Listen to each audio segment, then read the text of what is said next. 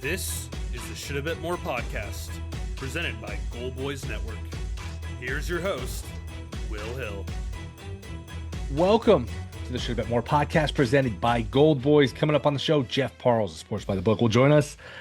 The selections are out. We will go over everything. Sleepers, best bets, what the committee did right, what the committee did wrong, and excited to talk to Jeff as always. And I will just start. Usually I am not one to just come on here, and it's the easiest thing to do to just kill the committee. They have so many decisions to make in terms of not only what teams to include, but what seeds to put them at, what line to put them. There's hundreds of decisions with these teams, but to me, this is one of the weaker performances by the committee in a long, long time.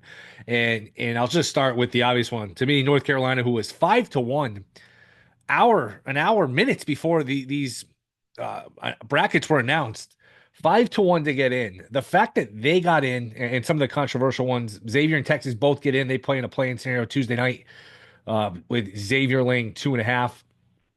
Indiana gets left out. They were a heavy favorite to make the tournament, and I guess FanDuel had these lines. I know FanDuel had these lines.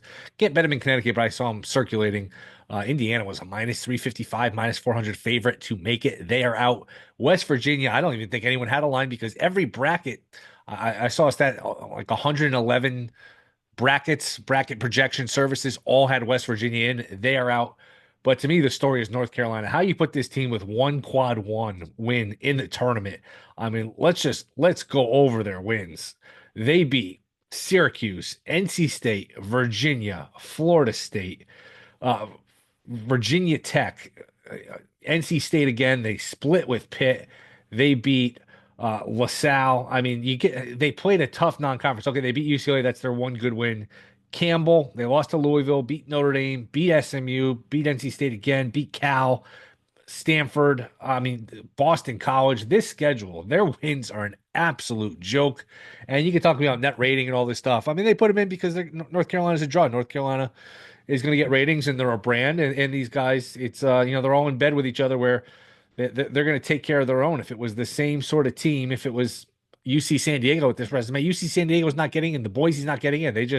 They take care of the big boys, and the big boys get in here. North Carolina is a 3.5-point favorite to San Diego State. So, well, I know the numbers. Like, I mean, you can split hairs. San Diego State belong in. Could you put Boise in? Could you put West Virginia, Indiana? I actually like Indiana's resume more than North Carolina. 4 quad one wins for Indiana, and no quad 3 losses. And meanwhile, UNC only had 1 quad 4 win, and they had a quad 3 loss. So I thought the committee just did a terrible job putting North Carolina in. And you could say, oh, they played Duke close. First of all, they were down 25 or so in the second half to Duke on Friday night. And Duke is down 2 of its starters, including the number 1 player in the country, the number 1 pick in the draft in Flag. And then, Duke fell asleep at the wheel. And you know what? If North Carolina won that game, you give them credit, but they didn't. They lost the game, and it's still a game they trailed by 25. So I'm shocked. I'm not shocked, but I think that's a terrible job to put Carolina in. The one that jumps out to me, and I know everyone's going to pick it, doesn't mean it's going to be wrong. And you're going to hear that a lot of people. You're going to hear both things. You're going to hear a lot of people picking UC San Diego over Michigan, and then you're going to hear a bunch of people saying, well, that's the trendy pick, so it won't happen. I actually like UC San Diego. Now, I know it's not an ideal matchup the size of Michigan, but Michigan, and give them credit, they had a nice run here, a really good run to win the Big Ten tournament, and they were one of the few long shots to come through. They were 16-1 to win the Big Ten at FanDuel, and they won. They beat Wisconsin. Last couple minutes took forever with that game Sunday. We did not have a lot of not a lot of bid stealers. The VCUs, the Drakes, the UC San Diegos, these things sort of sorted themselves out where we didn't have to sit here and debate UC San Diego or VCU or Drake, because all these one seeds mid majors that were going to kind of be on the bubble, they all found their way in via the automatic bid with winning the tournament. But Michigan, who had a nice run here in the Big Ten tournament, they've got a lot of size. You worry about that from UC San Diego's perspective, but UC San Diego can really defend. And Michigan, it wasn't until the other day, it wasn't until I think Friday, they'd gone not almost, two full months without beating anybody by 4 points. A lot of their success is close wins. I know May's a good coach, and they got the 2 7-footers. Wolf is an interesting player at point forward, the Yale transfer. But I'm going to take UC San Diego. I actually like them plus the 3.5. Some other storylines here. UConn gets the 8-9 matchup. They get Oklahoma. I'm surprised Oklahoma got a 9. They're about a 4-point favorite over Oklahoma. Maybe you win there, and I lean towards them winning that game, although I don't trust them at all. And I haven't really.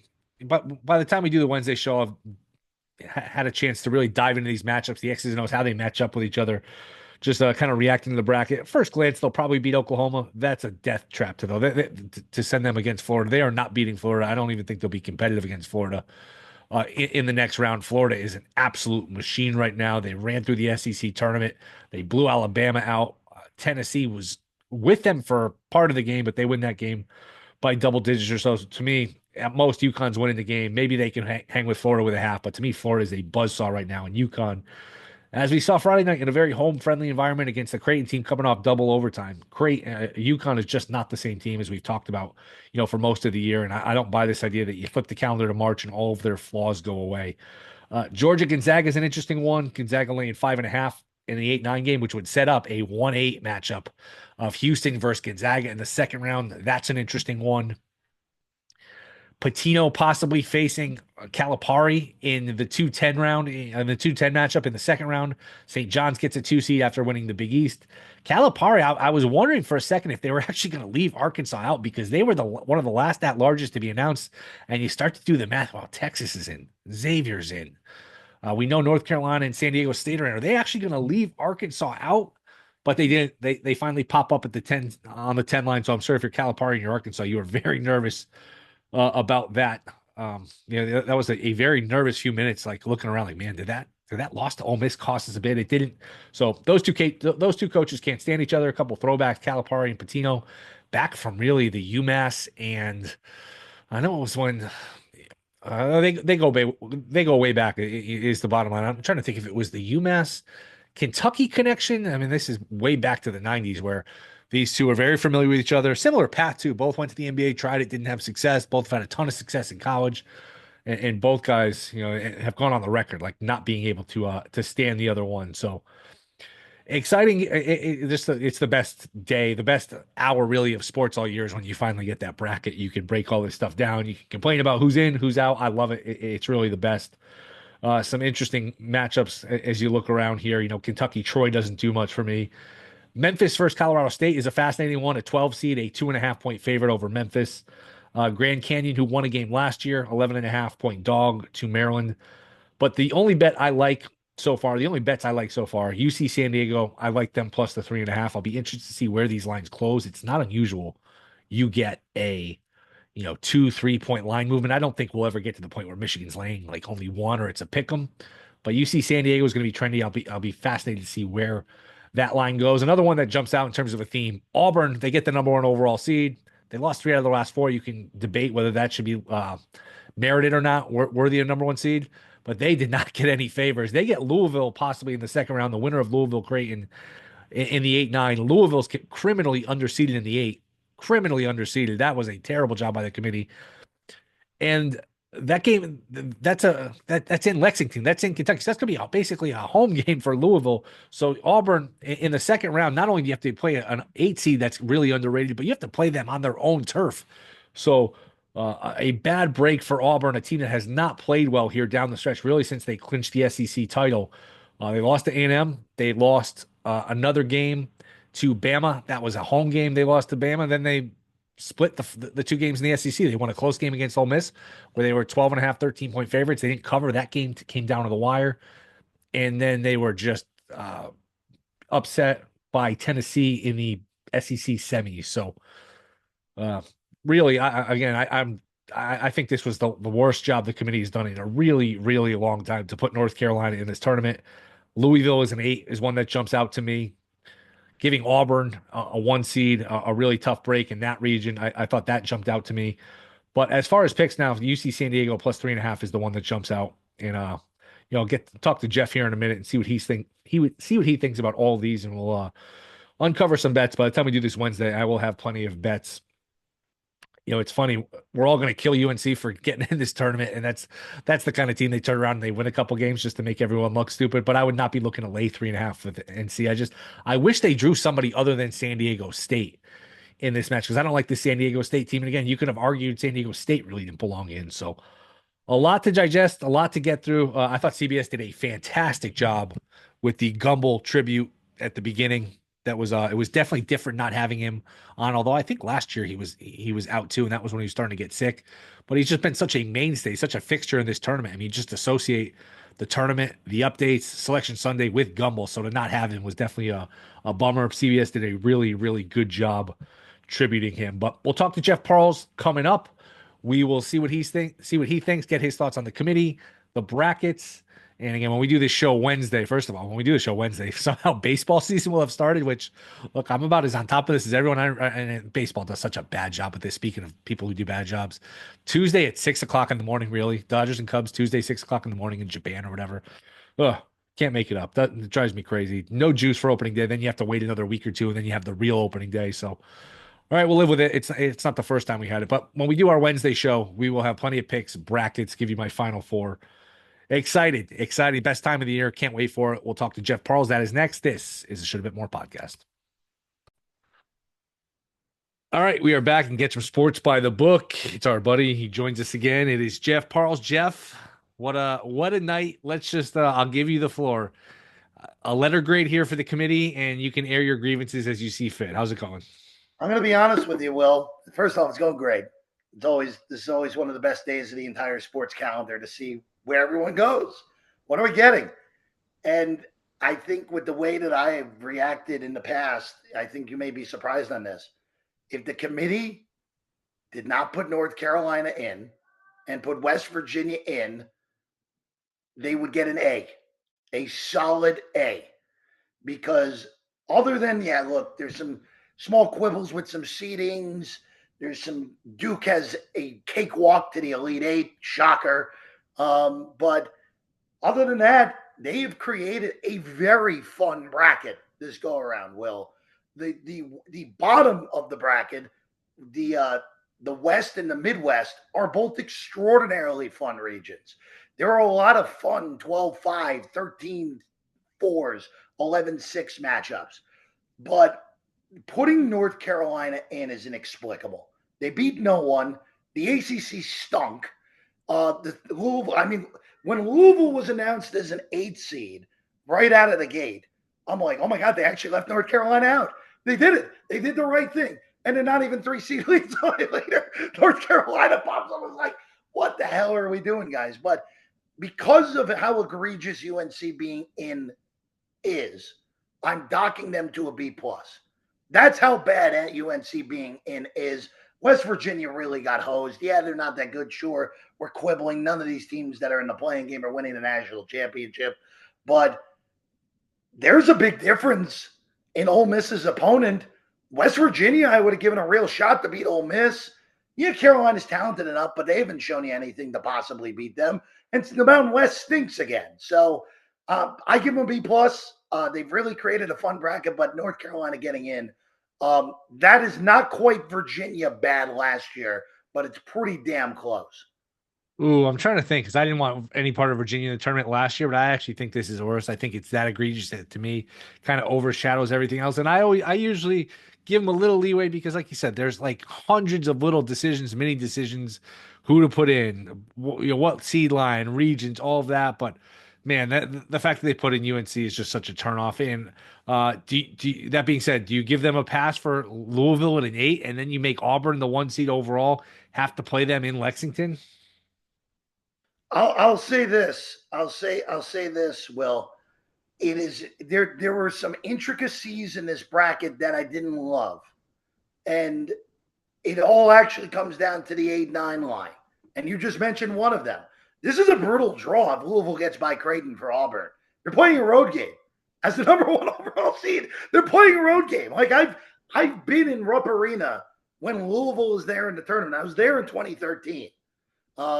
That was a Louisville home game, pure Louisville home game. And that will not be easy for Auburn.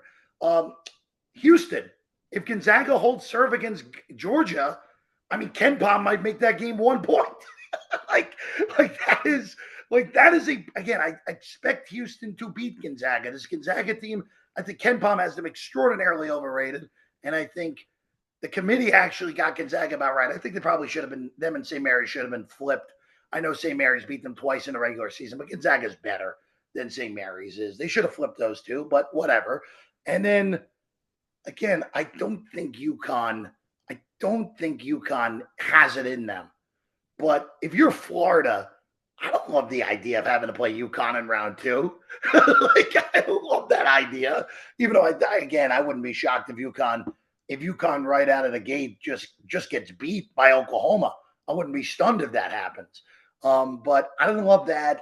And then Duke got, and this always happens. We know this. Duke got a ridiculously easy run to the Elite Eight. Now, assuming they don't blow it, that Elite Eight game is going to be an extraordinarily difficult task, assuming Alabama gets through. And even if it's Wisconsin or BYU, that's not going to be an easy game for Duke. But again, all in all, I think the committee did well. Those are my biggest intricacy issues. Like the draws for a 1 seed should be a little bit better than they were. But you know what? When there's really no difference between the 5 seeds and the 9 seeds this year, you can get stuff like this, Will. Yeah, and that UConn-Oklahoma game is interesting. UConn laying 4.5. That's one game where if you pick it, if you bet it, you're going to feel like an idiot either way if you lose, because if you go against UConn, I say, how the hell did I go against UConn? Obviously, they're going to turn it up in March. I'm betting It's against Mahomes theory, man. Why would I do it? Exactly. It's the same thing as Mahomes. And if UConn loses, you're going to say the same thing. You say, man, all the signs were there for UConn to lose. That's one where you're going to be kicking yourself either way if you get it wrong. Yeah, I'm not going to bet that game. I'm just telling you that right now because I've kind of ragged on Oklahoma all year, but then I look up and I bet them in all their games in the SEC tournament. And it's like, all right, what the hell happened here? But look, that is, from a betting perspective, I think that might be the hardest of them all, to be honest with you, Will. I mean, there are a lot of these games, and again, these numbers are pretty fresh, obviously. That is a hard one. Louisville Creighton, even though you mentioned it, like Louisville will have a little bit of a home court. Like that's a brutal draw for both of those teams. Like it's a hell of a game. It's a great 8-9 game to kick off. That kicks off the tournament on Thursday afternoon. That is a great game. That if you told me like before we saw the bracket, like, hey, Louisville and Creighton are going to play each other, I'm like, wow, they both pulled an upset in round 2 and they're playing in the Sweet 16. Like there's no way I would have thought that would have been a 7-10. Will. What else do you like here in terms of the point spreads? Anything jump out to you? To me, I know it's going to be trendy, but Michigan played 3 games in 3 days. Now they're going to play in altitude in Colorado. I'll take the points with UC San Diego. Grand Canyon looks a little high at 11.5 against Maryland. I think that's a lot of points. How about you? Anything here you like in terms of the numbers? All right, I'm going to go game by game here real quick, Will, because again, these numbers are super, super fresh. And I'm just going to tell you what stands out to me as I look at all these right now. High Point is getting too many points against I agree. Purdue. I think High Point is alive to win that game. I don't think Purdue's really any good. Kansas and Arkansas, I know I mentioned the other game. Kansas and Arkansas is the most unbettable game in this tournament. It's also one of the games I'm most intrigued to see what the hell happens because this is the worst team Self's ever had there. Calipari is a total dope in the tournament now. Like anything is in play in that game. St. John's is too small of a favorite against Omaha. They'll destroy Omaha. Omaha won't score in that game. I want to fade the Mountain West, but UCLA has been so awful outside of the western portion of the country this year. But I don't think Utah State's any good. I think that's light at 4.5. Boy, we're seeing some old school numbers on that Houston SIUE game. I don't remember the last time we saw 29 in a 116, right? Been a while for that. But I'm not touching that. Here's another trending one. Mizzou's going to beat Drake, and they're going to cover the game against Drake. Well, everyone is going to be on Drake in this game. But Mizzou is just more talented, and the athleticism difference is gigantic here in this game. I like Mizzou. I am waiting because that number is they're going to bet Drake. Everyone's going to bet Drake, but I like Mizzou to win that game. Wilmington's if you can get 16 with Wilmington, I would do that against Texas Tech. You mentioned UC San Diego already. They're winning outright. That number is so suspiciously low, Will, that again, I know Michigan just won the Big Ten. I don't think they're that good. They just win close games. That's just what they do. And at some point, you're going to have reversion to the mean on that. And UC San Diego, the only concern in that game, Golden and Wolf are huge guys, obviously. And UC San Diego runs a rotation that's all 6'7" and shorter. So there's a little bit of a concern there, but UC San Diego right away. That's going to be a blow-up one. Yale's going to beat A&M outright also. So A&M can't shoot. If Yale does a reasonable job of keeping them off the glass, Yale will win. Well, what are your thoughts on VCU BYU? Because when I saw that matchup pop up, I'm like, man, BYU got hosed with that draw. Hottest team in the country before Houston beat them on Friday night. And now you get to draw a legitimately good VCU team that I think should have been in the tournament, even if they didn't beat George Mason today. That is a brutal one for BYU, Will. It's a typical committee where you take two sort of powerhouse mid-major teams, and you can't really call BYU mid-major because BYU's they're in the Big 12 now.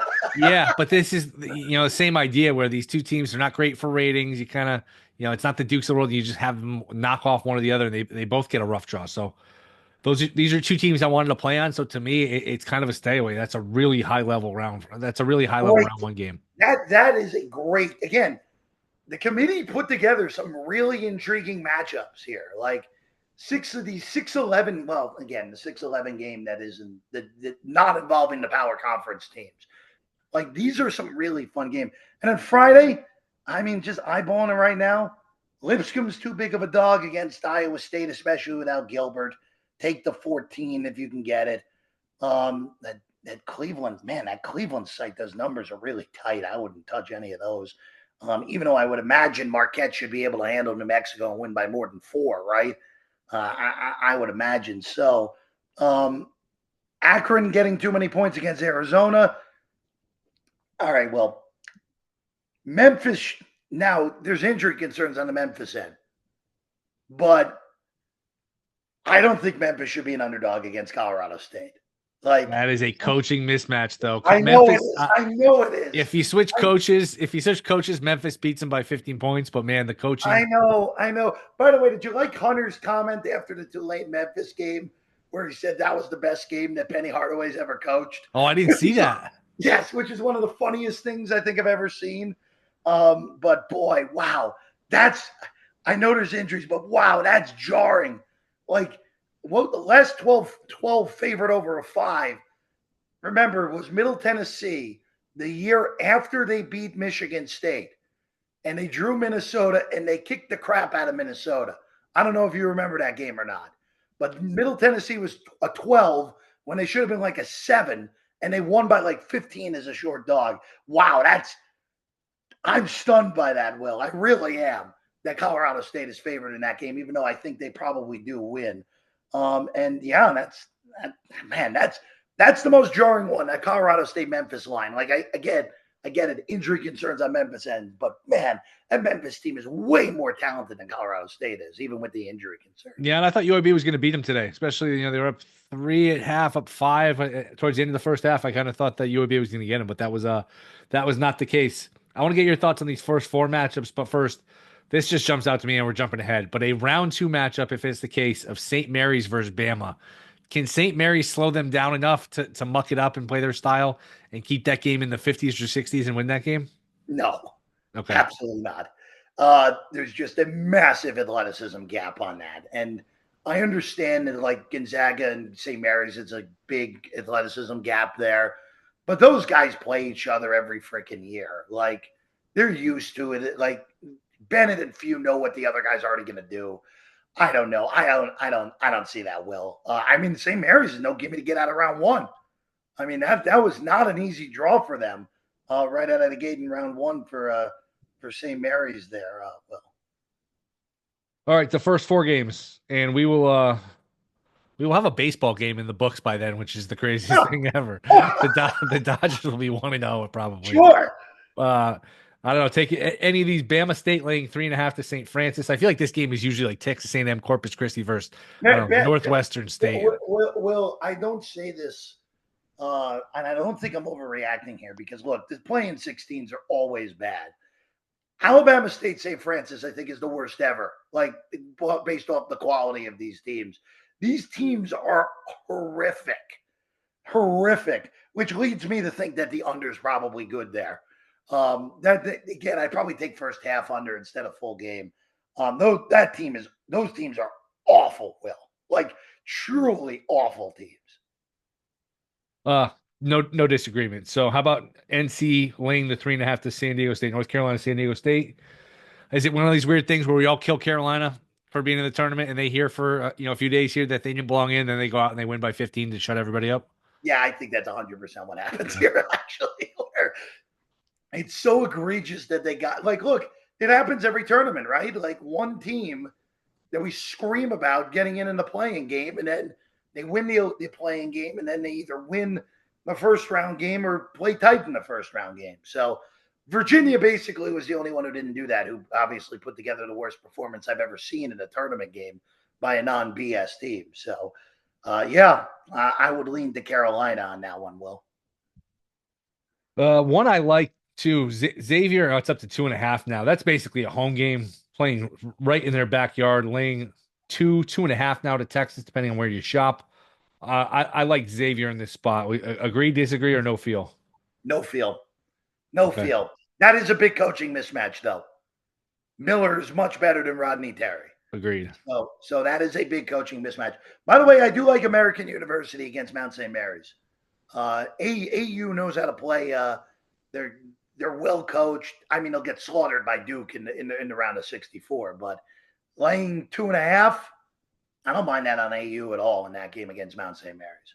Yeah, and we didn't have a lot of upsets. It was a lot of chalk. I have to go back and look conference by conference, but it was a lot of one seeds. They avoided a lot of discussion. VCU won, Drake won, UC San Diego won. There was a Memphis one today. There were a lot of one seeds that won, but Mount St. Mary's won that was a 6 seed. So that was certainly a curveball in the Metro Atlantic. Yeah, well, look, that conference I thought was going to, well, if Quinnipiac had won it, Quinnipiac or Merrimack had won it, I think they would have been the 16 seed, but not in Dayton.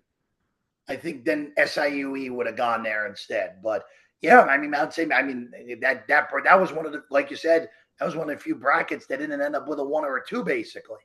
Like there were a lot of 1s too, 1-2, 1-2 this go around. I'm a little bit surprised SIUE was actually ahead of American for that 16 seed, but you see what the market thinks of SIUE with that number against Houston. Yeah, you mentioned Quinnipiac, and nobody probably cares about this, but that team is cursed. Never been to the tournament. They've been the 1 seed a bunch of times back when they were in the, I think, NEC, and then they're the 1 seed this year. Couldn't get out of the semi, so Quinnipiac is just cannot break through. Pecora is a good coach. I was kind of rooting for them to get in. Well, I will say this also, like the last few years, those 116 matchups, like UConn was 27.5 against Stetson.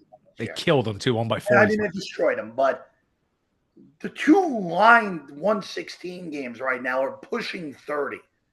Duke is going to be over 30 against the winner of Mount St. Mary's and American. And Auburn might be 40 against the winner of the other game. Like it's been a while since we've seen these totally outlandish 116 spreads, which kind of tells you how good these elite teams are this year, Will. And you said it, this is a year where there was a lot of chalk in these conference tournaments as well. Yeah. Speaking of Auburn, I should bring them up. Lost 3 out of their last 4. Is that something that's a concern? Is that just a little bit of senioritis? They got one eye on the tournament and they let down. Is there any concern for you in terms of Auburn here? I mean, their draw is pretty damn good to at least make the Elite 8. I mean, again, we talked about it. That Creighton-Louisville game, like, that will be a tricky round 2 game. But, again, that Denver pod, that A&M, Yale, Michigan, UC San Diego, whoever comes out of that, Auburn should be able to handle with relative ease. I know A&M beat them, but Auburn was completely disinterested in that game. I see Auburn getting at least to the Elite 8. And again, it's kind of what do you think about Michigan State? That's really all it comes down to for me. So, but I mean, Auburn's road is almost as easy as Duke's to get to the Elite 8. It's just a matter of will they handle their business after that. Any other games we didn't mention here? We got St. John's laying 18.5 to Omaha. Well, I think that number is way too short. You think How so? the hell is Omaha going to score in that game, Will? What's an Omaha team total now that you mention it? I mean, well, what are we at on that total, actually? That's the better question. Well, I mean, that's 148 in an 18.5. Like, I don't know. 63.5, 64.5 is the consensus here for Omaha. Omaha's going to score 65 points. Probably not, but I would lay it with St. John's. The only concern in that game is Omaha will run with them. So this could be like a fast tempo game. That's the only concern there on that, Will. But I think I'd just lay the lumber with St. John's. I mean, they'll turn them over. They'll get points off the turnovers. It's just a matter of playing close to enough of a 40 to cover that big of a number. I'm surprised that number's not 22, honestly. Anything else jump out to you? Techling 16.5. Baylor, Mississippi's a good 8-9 game with Baylor laying a point. Yeah, I would take Baylor in that game, but Will, I'll just say this, just like I'm going through this, like it is like I think there's going to be upsets early. I really do. Like there always is, but there could be an inordinate amount of double-digit seeds winning a game or two. But when push comes to shove, and usually it works this way, I would be floored if there is a seed higher than a 3 that makes the Final Four this year. I just think the top of college basketball is so much better than everybody else this go around. Like there's a big gap between my top 5 teams, which are the 4-1 seeds in Bama, and I guess I'll throw Tennessee and Michigan State in there as well. But there's just a big gap. I would be very surprised if the Final Four is not all 1s and 2s this go around. Will, I just would be really surprised at that. And the funny part of it is, the one team, and this will sound ridiculous, Gonzaga is the one team lower than a 3 that I actually think is live. Because if they beat Houston, if you look at the rest of that bracket, if they beat Houston, and I don't think they will, they get Clemson, who I have coming out of that pod because I don't trust Purdue at all. Gonzaga is more talented than Clemson is. Then, on the bottom of the bracket, it would be more likely than not the winner of Tennessee and Kentucky. Those SEC teams beat the hell out of each other in the Sweet 16. That would, and again, I don't think this Gonzaga team's anywhere near as good as the teams Few has had the last few years. But if they can upset Houston, that is the one larger seed that could be the fly in the ointment and say, oh, all right, we had 2 1 seeds, a 2 and an 8. That's the team I'd look at more so than anything, Will. All right, you led me into it. Do you have a Final Four sketched out, a champion sketched out? And it's hilarious that I just had that diatribe because I have the Houston Cougars winning the national championship. Well, I think it's their time. There's always a concern with the team that grinds and plays insanely slow like them. There's always the concern. We've seen it with them in the past. You score 49 points against that mediocre Villanova team in the Elite Eight. You get beat by Duke last year in a game where you can't score. We've seen it time and time again with this team. But here's the big difference this year, Will. They shoot the 3 ball well. They've never done that under Kelvin Sampson. And again, I think their toughest game in that region is legitimately the round of 32 if it's Gonzaga. I think they match up great with Tennessee. I think they match up great with Kentucky, who are the other threats in that one. They're much better than Clemson is, so I don't have to worry about that. And I have them beating Bama in the Final Four, Bama beating Duke in the Elite Eight. Bama beat Houston earlier in the year. Houston will exact revenge. And I have Houston beating Florida in the national championship game. Well, that's what I got. I have Michigan State coming out of the Auburn bracket because you got to find some sort of non-chalk, and that's the best I could do was 2 1s and 2 2s here this go around. Well, but I have Houston over Florida in the national title game. The stunner Thursday or Friday is what? And by stunner, I mean 14, 15, or 16. I mentioned him earlier to take the points, but I'll go one step further. Lipscomb? The stunner is Lipscomb over Iowa State. That's the stunner. And I'll throw one more at you. I don't know. I don't think it will happen. But UNC Wilmington is really good. They are really good. That CAA bracket did break their way. I get that. But that team is really good and they're really well coached. I don't think it will happen because I think McCaslin's too good of a coach that let Texas Tech get upset. But I think Wilmington's going to have that game within 2 possessions with 3 minutes to go. And people will be like, whoa, can the Seahawks pull this thing off or not? But that's what I would look at. I'd look at, like I said, with Lipscomb, I'd look at UNC Wilmington.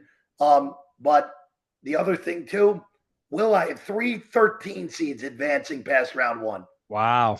3 of them. The only one I don't have advancing is Grand Canyon, who, of course, advanced last year as a 12. Everyone else, I think Yale matches up great with A&M. If they just have to avoid getting massacred on the glass. That would be the way A&M holds serve. Purdue, I think, stinks. I don't think I'm flabbergasted Purdue got a 4 seed. Flabbergasted. I thought they should have been a 6 or a 7 seed. High Point is really good. Like, they are veteran. They can score the basketball and they play good defense. That is a good basketball team. And anytime I can take points against Tommy Lloyd in the tournament, I'm going to do it. And John Gross, we know John Gross of Akron. When he's at the mid-majors, he's as good as anyone at the mid-major level. He's just not a high-end major coach. Nothing wrong with that. And Akron's been in the tournament a few times under Gross. I think this is the time they bust through and they upset Arizona. So that would be stunner. What does that 3-team money line parlay pay? A shit ton. But yeah, that's what I got. I 3 13s and Lipscomb the 14, and then I have UC San Diego in the Sweet 16. But I don't, based off the line against Michigan, that is not going to be an unpopular opinion this week. Will. Yeah, and you mentioned Wilmington. It was 2003. They were up late against Maryland about to pull an upset. I think Maryland beat them. Oh, that was the Drew Nichols game. That's what it was. Yeah, I knew you remember. Yeah, the year after Maryland won the title. Yes. Yep. So it was 03. Yep. Absolutely. Yeah. It was a 5-12 game, and Drew Nichols dribbled the ball into oblivion and threw it in from the corner at the buzzer. Yeah. Yep. I remember it was a Friday night game. Absolutely. Yeah. Jeff, this should be fun, man. It all starts Tuesday. Oh, and the last one. Are Yankees season's over before it started? No, because the American League is a joke. But you better bet those Red Sox futures when you had those numbers, Will. That's all I'll say. Because Boston is, and I know Baltimore is still there, but win a playoff game before I really respect you. The Red Sox are the team to beat in the American League, as ridiculous as that may have seemed to say about a month ago. But the AL runs through Boston right now, Will. Jeff, appreciate it, man. A lot of fun. Sports by the book. When are you on? We will be on at 10 a.m. Pacific every day. So, yeah, the games will start on Thursday or Friday, but we'll get you ready for the rest of the day and any in-game scenarios we may have. All right. Always fun, man. Appreciate it. Thanks. Of course. All right. Appreciate you guys listening. Rate, review, subscribe. Thank you to Jeff Parles. We'll be back Wednesday with all the picks. See you then.